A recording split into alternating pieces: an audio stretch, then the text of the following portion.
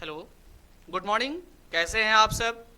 हम उम्मीद करते हैं कि आप सभी अच्छे होंगे। मैं उपस्थित हूं आप लोग का वीडियो लेक्चर सेकंड को लेकर के। अब इसमें जैसे वहां पे क्वेश्चन नंबर 9 तक देखे थे, अब यहाँ हम लोग क्वेश्चन नंबर 10, 11, 12 से देखेंगे और फिर हम लोग आगे बढ़ेंगे कि आखिर तो जैसे वो सॉल्यूशन का था, अब यहाँ से हम लोग इलेक्ट्रोकेमिस्ट्री के क्वेश्चन को देखने का प्रयास करेंगे और बारी बारी से सभी प्रत्येक ऑब्जेक्टिव को बनाने का प्रयास करेंगे। और मैं उम्मीद करता हूँ कि आप सभी थोड़ा सा केयरफुल देखिएगा, चूंकि आप लोग का बोर्ड आपके सर पे है और बोर्ड को देखते हुए ऑब्जेक्टिव क्वेश्चन आपके लिए बनाया जा रहा है। कृपया करके सभी ऑब्जेक्टिव को केयरफुली समझिए। तो आइए मैं शुरू करता हूं अपने ऑब्जेक्टिव को लेकर के। कोई भी समस्या हो तो कृपया करके इनबॉक्स में जरूर बताएंगे कि हाँ सर ये समस्या हो रही है, उस समस्या को दूर किया जाएगा। ओके, तो चलिए हम लोग थोड़ा सा प्रयास करते हैं और देखते हैं अपने नेक्स्ट क्वेश्चन को। ठीक है, तो देखा जाए चैप्टर मेरा है आपका इलेक्ट्रोकेमिस्ट्री। क्या है भैया? इलेक्ट्रोकेमिस्ट्री है। तो इलेक्ट्रोकेमिस्ट्री में अगर आते हैं तो इलेक्ट्रोकेमिस्ट्री का मतलब होता है, जो आप लोग ध्यान दीजिएगा, वैद्युत रसायन। क्या होता है? वैद्युत रसायन। ठीक है, तो वैद्युत रसायन है तो आप समझ ही सकते हैं कि करना क्या है। सिंपल सी फंडा है कि जैसे होता क्या है कि कोई भी केमिकल एनर्जी हो, उस केमिकल एनर्जी को मेनली हम लोग को इलेक्ट्रिकल एनर्जी में कन्वर्ट करना है। ओके, तो जरा ध्यान देते हैं। एक हमारे केमिस्ट है, आप लोग भली भांति नाम जानते हैं इनका। ठीक है, भली भांति नाम जानते हैं केमिस्ट का। क्या नाम है इनका? फैराडे।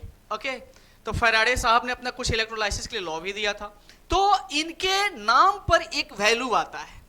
तो कह रहा है कि फैराडे के एक का वैल्यू कितना होता है, वो आपके सामने ऑप्शन रखा गया है। जैसे फर्स्ट ऑप्शन है आपका 9650, यानी 9650। क्या है ये? गलत है। ठीक है, फिर सेकंड ऑप्शन है 10,000, ये भी गलत है। चूंकि आप लोग इसको भली भांति जानते होंगे कि जो आपके होते हैं 1 फैराडे का वैल्यू वो कितना होता है भैया? 96,500 कूलम। ऐसे एग्जैक्ट जाइएगा तो एग्जैक्ट होता है 96,487 कूलम होता है एग्जैक्ट। और ये जो वैल्यू हम लोग लिखते हैं ये अप्रॉक्स वाला वैल्यू होता है। और एक फैराडे का वैल्यू याद रखिएगा कि 96,500 कूलम होता है। कितना होता है? 96,500 कूलम। तो यानी कि एक नंबर हमारा क्वेश्चन हो गया कि एक फैराडे का जो वैल्यू होता है, एक फैराडे का जो वैल्यू होता है वो कितना के इक्वल होता है? 96,500 कूलम के। अगर एग्जैक्ट कहीं दिया हो तो इस पे भी फोकस कीजिएगा, 96,487 पे भी फोकस कीजिएगा। तो मैं जानता हूं, इसको जरूर रखिएगा कि एक फैराडे का वैल्यू ऑलवेज 96,487 या 96,500 कूलम होता है। इसको केयरफुली रखिएगा। चलिए नेक्स्ट क्वेश्चन को हम लोग देखते हैं। तो नेक्स्ट क्वेश्चन कह रहा है कि the cell which involves the conversion of chemical energy. मैंने बोला ना कि केमिकल एनर्जी को हम लोग को चेंज करना है इलेक्ट्रोलाइटिक एनर्जी या इलेक्ट्रिकल एनर्जी। ठीक है, तो यह एक आपके सेल है जो करते क्या है कि जो आपके इलेक्ट्रोलाइटिक एनर्जी में कन्वर्जन करने का। तो देखिए आपके पास ऑप्शन है electrolytic cell, galvanic cell, conductivity cell, all of these. 3 type के आपके पास ऑप्शन है। जरा सोचिए कि डिफिनेशन जब पढ़ा गया था कि the cell which converts chemical energy into electrical energy is called. कौन सा सेल भैया? तो आपको वहां लिखाया गया होगा, तो ध्यान दीजिएगा। जो होता है वो कौन सा है? गैल्वेनिक सेल या फिर डेनियल सेल, या इसी को आप लोग कहीं कहीं लिखे रहते हैं voltaic cell. Daniell cell, galvanic cell या फिर वोल्टेइक सेल, या एक जगह और भी लिखा रहता है, वो लिखा रहता है आपका इलेक्ट्रोकेमिकल सेल। ये तीनों सेम होता है, इलेक्ट्रोकेमिकल सेल, गैल्वेनिक सेल और वोल्टेइक सेल। तो यहां पे आपको दिया है गैल्वेनिक सेल, यानी गैल्वेनिक सेल का काम हो गया कि जो आपके केमिकल एनर्जी होंगे उस केमिकल एनर्जी को इलेक्ट्रोलाइटिक एनर्जी में क्या करता है? कन्वर्ट करता है। कौन सेल का काम है? गैल्वेनिक सेल का। यानी ये गैल्वेनिक सेल इलेक्ट्रिकल एनर्जी को क्या करता है? यानी यहां जो केमिकल एनर्जी है इस केमिकल एनर्जी को कन्वर्ट करेगा इलेक्ट्रिकल एनर्जी में। ये ध्यान रखिएगा किसका काम है भाई? गैल्वेनिक सेल का। नेक्स्ट क्वेश्चन देखिए। नेक्स्ट क्वेश्चन कह रहा है कि fuse NaCl on electrolysis gives dash on cathode. तो जरा ध्यान दीजिएगा, सबसे पहला चीज है आपके पास दिया हुआ है NaCl। ठीक, तो NaCl का कह रहा है कि हम लोग कर रहे हैं इलेक्ट्रोलाइसिस। क्या कर रहे हैं? इलेक्ट्रोलाइसिस। आप जानते हैं कि जब भी किसी इलेक्ट्रोलाइट का इलेक्ट्रोलाइसिस करते हैं तो वो अपने कंस्टिट्यूएंट आयन में कन्वर्ट होता है। कंस्टिट्यूएंट आयन कहने का मतलब जैसे NaCl है तो एक कन्वर्ट होगा Na+ और Cl-। ठीक, तो यहां ध्यान दीजिएगा, तो आप लोग जानते हैं कि कोई कंटेनर होता है, इसमें 2 रड लगाते हो, तो एक को बोलते हैं हम लोग एनोड और एक को बोलते हैं कैथोड। एक एनोड है मेरा और एक मेरा क्या है, कैथोड है। तो एनोड जो होता है वो क्या होता है, पॉजिटिव, और कैथोड जो होता है वो होता है निगेटिव। एनोड और कैथोड। तो NaCl जब ब्रेक किया तो ये फॉर्म किया Na+ और Cl-।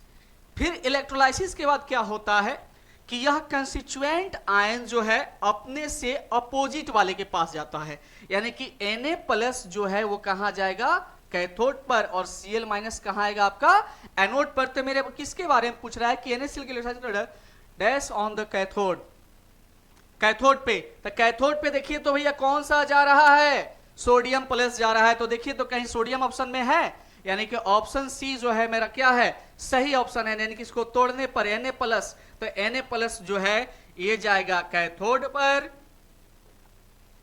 और जो Cl- है वो जाएगा आपका एनोड पर।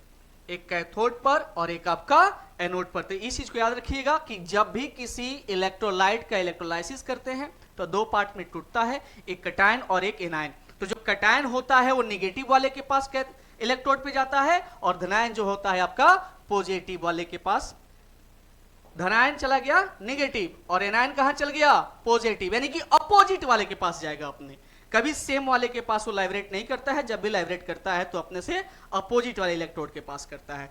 तो याद रखिएगा कि NaCl का फ्यूज किए तो Na+ और Cl- में टूटा। मेरा क्वेश्चन पूछ रहा है कि कैथोड पर कौन जाएगा, तो कैथोड होता है निगेटिव, तो निगेटिव वाले के पास जो है प्लस जाएगा, यानी सोडियम जो है आपका प्लस बनाता है। तो ऑप्शन सी जो है सोडियम, ये कहां जाएगा, आपके कैथोड पे जाएगा। ओके, मैं उम्मीद करता हूं कि क्वेश्चन समझ में आ रहा होगा। इससे आगे फिर नेक्स्ट क्वेश्चन देखिए। अगला क्वेश्चन कह रहा है कि रस्ट इज मिक्सचर ऑफ, यानी कि जो हमारा रस्ट क्या होता है, रस्ट मतलब क्या समझते हो सर जी, रस्ट का मतलब क्या होता है, जंग।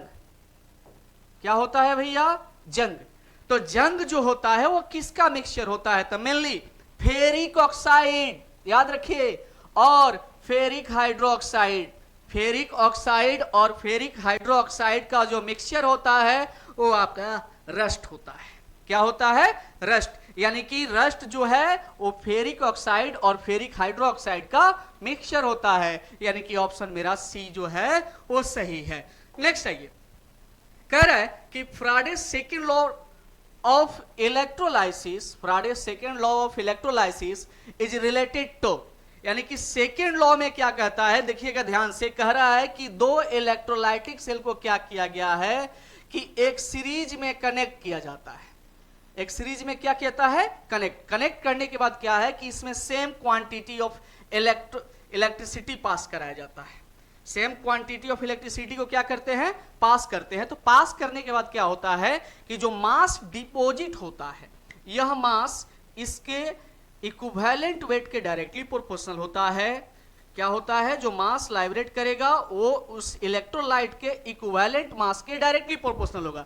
तो यहां कह रहा है कि Faraday second law of electrolysis जो है किससे रिलेटेड है, यानी कि यहां देख रहे हैं कि ई यानी कि इक्विवेलेंट मास, यानी कि ऑप्शन बी में देखिए कह रहा है कि equivalent weight of the electrolyte. तो याद रखिएगा कि जो सेकेंड लॉ है वो किसी इलेक्ट्रोलाइट के इक्विवेलेंट वेट के क्या होता है, रिलेटेड होता है, यानी उसी से रिलेटेड रहता है। यानी इक्विवेलेंट वेट तो आपको फाइंड करने आता होगा, जैसे कोई सब्सटेंस है, एलिमेंट है, फिर आपका एसिड हो, बेस हो या कंपाउंड हो, सबका अलग अलग क्या कहता है, फाइंड करता है। कुछ नहीं, बस करना क्या है कि जैसे एलिमेंट है, एटॉमिक वेट में क्या करना है, उसके वैलेंसी से भाग देना है।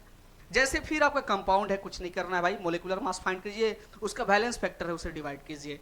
फिर अगला क्वेश्चन जरा ध्यान दीजिएगा भैया, कह रहा है कि when 1 Farad of electric current is passed, the mass deposited is equal to, यानी कि जब 1 फराडे इलेक्ट्रिसिटी को पास कराया जाता है तो किसी इलेक्ट्रोड पे क्या कितना मास जो है डिपॉजिट होता है, तो याद रखिएगा कि 1 ग्राम इक्विवेलेंट के डायरेक्टली प्रोपोर्शनल होता है, यानी कि 1 फराडे से 1 ग्राम इक्विवेलेंट मास जो है वो डिपॉजिट होता है। ठीक है, 1 फराडे से कितना भैया 1 ग्राम इक्विवेलेंट मास जो है वो क्या करता है, डिपॉजिट करता है। ये आपके क्वेश्चन नंबर 6 हो गए। अब क्वेश्चन नंबर 7 हम लोग देखते हैं जरा। ठीक, कह क्या रहा है कि द इलेक्ट्रोमोटिव फोर्स यानी EMF of the cell, EMF of the cell for the cell reaction at equilibrium state is, यानी कि तुम लोग जानते हो भैया कि जब भी कोई इक्विलिब्रियम स्टेट होता है तो रेट ऑफ फॉर्मेशन या रेट ऑफ डिफॉर्मेशन या रेट ऑफ बैकवर्ड और रेट ऑफ फॉरवर्ड आपस में इक्वल होते हैं। जब इक्वल होते हैं तो जो हमारा जो क्या होता है इलेक्ट्रोमोटिव फोर्स इक्विलिब्रियम स्टेट पे वो जीरो होता है। क्या होता है, जीरो। याद रखिएगा कि इक्विलिब्रियम स्टेट पर किसी सेल का जो ईएमएफ होता है सेल रिएक्शन का वो जीरो होता है। कितना होता है भैया, जीरो होता है। फिर आगे हम लोग देखें क्वेश्चन नंबर 8। क्वेश्चन नंबर 8 कह रहा है कि which of the following conducts electricity in solution. भाई सिंपल सी बात है कि निम्नलिखित में कौन जो है वो इलेक्ट्रिसिटी को कंडक्ट करता है। ठीक, तो एक होता है आपका इलेक्ट्रोलाइट। क्या होता है, इलेक्ट्रोलाइट। और इलेक्ट्रोलाइट में आते हैं एसिड, फिर बेस या फिर आपके सॉल्ट, एसिड बेस सॉल्ट। ये सब क्या करते हैं कि जब इसको किया जाता है क्या इलेक्ट्रोलाइसिस, तो ये अपने आयंस में टूट जाते हैं। आयंस में क्या होते हैं, टूट जाते हैं। तो आयंस में टूटने के बाद इसमें क्या होता है कि आयन फ्री, तो ये क्या करते हैं कि इलेक्ट्रिसिटी को कंडक्ट, यानी कि हमारा जो ऑप्शन ए है इलेक्ट्रोलाइट, ये क्या करते हैं कि इलेक्ट्रिसिटी को कंडक्ट करते हैं। इलेक्ट्रोलाइट क्या करते हैं, इलेक्ट्रिसिटी को कंडक्ट करते हैं। ठीक, अब जरा ध्यान दीजिए नेक्स्ट क्वेश्चन पे चलते हैं। तो कह रहा है कि the cell constant of a conductivity cell is, the cell constant of a conductivity cell. याद कीजिए बाय द डिफिनीशन कि एक कंडक्टर होता है, क्या होता है, कंडक्टर। इस कंडक्टर का अपना लेंथ होता है, क्या होता है, लेंथ। और एक होता है क्रॉस सेक्शनल एरिया।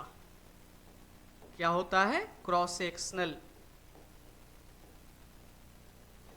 एरिया, जिसको हम लोग ए से लिखते हैं, और जो लेंथ है इसको एल से लिखते हैं। तो कुछ नहीं है भैया, जो हमारा कंडक्टर का जो सेल कांस्टेंट होता है इसको जी स्टार से डिनोट करते हो भैया। तो जो जी स्टार होता है वो क्या होता है कि लेंथ ऑफ कंडक्टर और cross sectional area of conductor का रेशियो होता है। लेंथ ऑफ कंडक्टर और क्रॉस सेक्शनल एरिया का क्या होता है, रेशियो होता है। बात समझ रहे हैं ना। तो यहां ऑप्शन थोड़ा गलत हो गया है, यहां पे ऑप्शन था एल बाई ए। ऑप्शन क्या था, एल बाई ए। तो याद रखिएगा कि एल बाई ए जो होता है ये सेल कांस्टेंट होता है, length by area. Length cross sectional जो कंडक्टर है इसका लेंथ और क्रॉस सेक्शनल एरिया, लेंथ और क्रॉस सेक्शनल एरिया का जो रेशियो होता है उसको हम लोग बोलते हैं सेल कांस्टेंट। क्या बोलते हैं, सेल कांस्टेंट। नेक्स्ट देखते हैं जरा। कह रहा है कि the radioactive decay follows, radioactive decays follows. तो याद रखिएगा ये तो 4th चैप्टर का है केमिकल काइनेटिक्स का। तो इसमें आपके जो होते हैं ये फर्स्ट ऑर्डर होते हैं। क्या होते हैं, फर्स्ट ऑर्डर होते हैं। तो इस चीज को जरा ध्यान दीजिएगा, ठीक है। नेक्स्ट जरा ध्यान दीजिए। तो एक क्वेश्चन आपके कहां के हैं, केमिकल काइनेटिक्स के। वो गलती से मिसप्रिंट हो गया है यानी टाइप में। नेक्स्ट चैप्टर हम केमिकल काइनेटिक्स देंगे आपको, जहां पे ये क्वेश्चन आपको मिलेंगे, ठीक है। तो आप लोग ने ये पूरे क्वेश्चन को देखा। इसमें अगर कहीं से कोई दिक्कत हो तो आपके जो नीचे इनबॉक्स है उसमें क्या किया गया कि आपको लिंक दिया गया है। लिंक के सहारे आप क्या कर सकते हो कि ग्रुप को ज्वाइन कर सकते हैं। तब तक के लिए हम फिर मिलेंगे नेक्स्ट वीडियो में। हंसते रहिए, मुस्कुराते रहिए और पढ़ते रहिए, अच्छा से करते रहिए। Thank you. और वेवरिट्स एकेडमी को एक बार सब्सक्राइब जरूर कीजिए। Thank you.